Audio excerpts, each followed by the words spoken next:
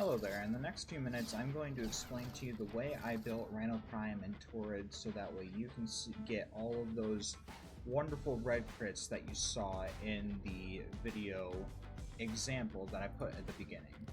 So, for my Rhino Prime build, before I get into it, I want to make a disclaimer. This is not a beginner player build. You are not going to have a lot of the stuff unlocked that I put on this Rhino Prime.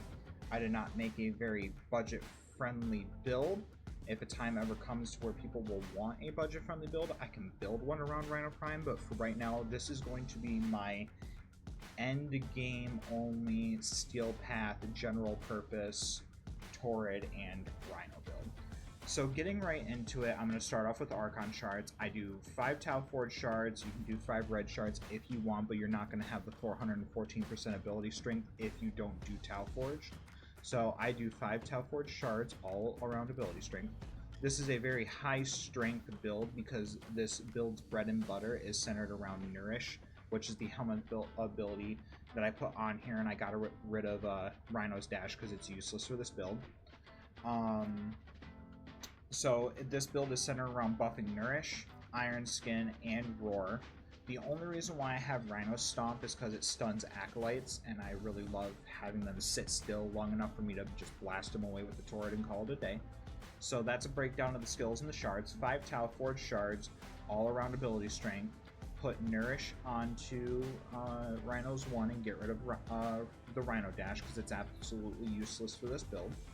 And then going into our mods, I have a pretty general setup here. I run Corrosive Projection on here, but if you can even put an Aura mod on it and throw on Dreamer's Bond, you know, any Aura works for this build. You don't specifically have to have Corrosive Projection, it just makes Grineer easier to kill. That's really all it does. Power Drift just for more ability strength, resist knockdown. Narrow-minded, Prime Continuity for duration, Transient Fortitude, Blind Rage, all 3 Umbral mods because it is a, you take advantage of the set bonus, so you get an extra 70% ability strength there, and then the extra armor and health doesn't hurt. Augur Secrets and Transient Fortitude if I didn't already say that before. The Arcanes that I run Arcane Energize for extra energy economy. You don't really need to run Arcane Energize, I just hate dealing with energy issues because if you run Zenric and Nourish together, you really don't need Arcane Energize. So you could honestly repurpose that Arcane slot for a different Arcane. I run Augmented for extra ability strength. This is a very strength heavy build. So if you do the math, 0.24% times 250 stacks, that's an extra 60% ability strength on top of the 414% ability strength. So by the time you're done with this build, you have 474% ability strength if you stay in a mission long enough. Now, some of the times that you don't do that with Rhino, just because this Torid is so goddamn powerful on its own, that you're going to find yourself not taking advantage of this often. A lot of the times that I take advantage of this Arcane is when I'm doing Void Cascades, Level Cap, circuits. That's when I find myself taking advantage of a lot of these. So these Arcanes are very movable. You do not have to use the 2 that I use. These are just the 2 that I use for this build. And same thing with the Aura mod, same thing even with the Exilus mod. A lot of these mods you can move around without sacrificing too much. Like, I could sacrifice the 15% ability strength and I could put ability efficiency on there. There's a lot that you can do with this build that you can just switch around certain things. This is just the way that I run it because this is more comfortable for me. Now, dipping into the Torid build, I'm going to start with my evolutions. Obviously, Evolution 1 is just its Incarnon form, long-range Toxin Beam, called a day. Evolution 2, I chose to go with Final Fusillade because I wanted the initial base damage. I don't really care about the +3 multi-shot in the last magazine, but I wanted that initial base damage because that's what allows the Torid to multiply the critical and have it be so... That's where you get your huge red crit numbers when all the mods that I'm about to get into finally take effect. And then for Evolution 3, I chose to increase my base magazine capacity by 9 just because I wanted to ensure that I can get that first charge of the Torid and keep it moving. I think it takes your total shots up to 14. Yeah, 14. And then for the final evolution, I increased base critical chance by 20% because this is a crit heavy build. It is a corrosive crit Torid. Going into my mods, I chose to run Primary Merciless on this.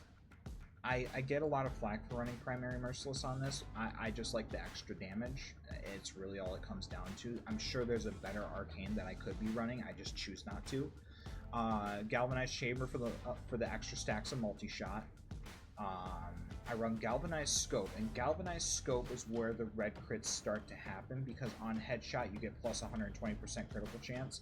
On top of your 105% critical chance, you only need 200 to guaranteed red crits. So that's where you start red critting. I run Prime Firestorm on here, but Firestorm works just as good. You honestly don't need Prime Firestorm. I just run it because this is an end game build. I love running expensive mods for some reason. Vital Sense for the extra 120% critical damage. Vigilante Fervor for the extra fire rate, because fire rate's nice. And then I tie it with Vigilante Supplies, because this is where another set bonus comes in, to where 10% chance to increase enhanced critical hits from primary weapons, and that pairs with your critical chance, that pairs with Galvanized Scope. All of it double dips on each other, and it's pretty awesome. I have Stormbringer on here that I pair with its innate toxin to create corrosive. Critical delay for the extra 200% critical chance, and Vigilante Fervor just cancels out the negative fire rate that you get for running critical delay. I have a Riven mod on here, which you do not need to have this Riven mod. Just replace this mod with Serration, and this build is ready to go. This Torid, I know I made the disclaimer earlier that the Rhino build is not for endgame players, or, wow, I can't talk, that the Rhino build is not for new game players, but the Torid really can be if you spend the time to get the Incarnon out of the circuit. Obviously, there's the prerequisites, getting, you know, Devere, what's it called, Devere Paradox done, getting, you know, the Torid out of the bio lab, I believe it's either the bio lab or the chem lab in your dojo, and then getting it the Incarnon out of the circuit, going through Zeraman. There's all of those prerequisites still that you have to deal with that I don't think you can do until you're a mid-game player. But in terms of the mods, you should have most of these mods by the time you unlock the Torid. So the Red Crit Torid is a medium player build, but the Rhino Prime is an endgame player build. Not that I really needed to ramble that, but, you know. For the rest of my builds, Latum, I'm not going to get into the Latum. Most people know how to build a Latum. Most people have built thousands of Latums. And then the Vastalok I just run if I want to armor strip a boss or armor strip an enemy that's pissing me off.